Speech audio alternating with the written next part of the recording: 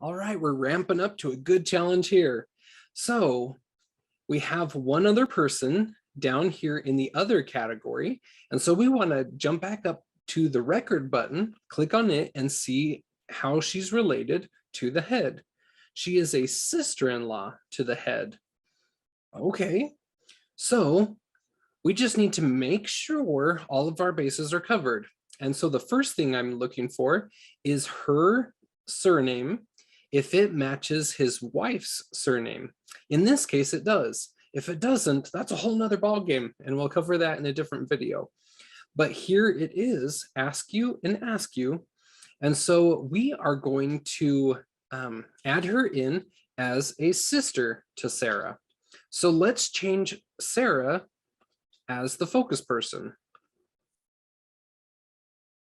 All right, now that Sarah is the focus person, this is going to be a sibling of hers, and we're going to drag Lavinia up to the sibling category here.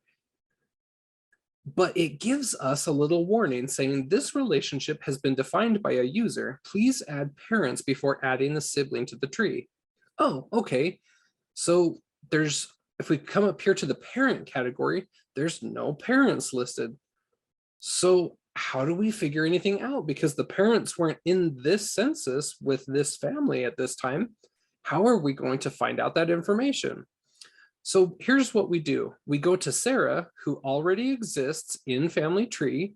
We're going to click on her name once, and then I'm going to right click on her name here and open it in a new tab. Once I'm over here, I'm going to scroll down and see that she doesn't have a parent listed. So I'm going to add a parent. Now I'm not going to put a first name because I don't know what the first name is, but having been born in the United States, as she is, the nomenclature will be the same. So we can assume that her father, his surname was also Askew, a male, and he is now deceased based upon the years that we're looking at here. And so we're just going to add in this placeholder father for Sarah. Now that Sarah has a father, let's exit out of that tab, come back to here to SourceLink where we were at, and we're going to hit the refresh button. Now that we're refreshed, let's open the parent category, and we see this placeholder father that we created for her. Now, the temple work won't be able to be done without more information, so that placeholder is just fine. But now let's make sure that Sarah's in the focus person position, and we're going to drag her sister up to this sibling category. And now it doesn't give us a warning, but it has an add button here. So let's go ahead and click that add button, and it's going to look in Family Search and make sure that she's not already existing somewhere floating, and it didn't find that, so we're going to create a new person.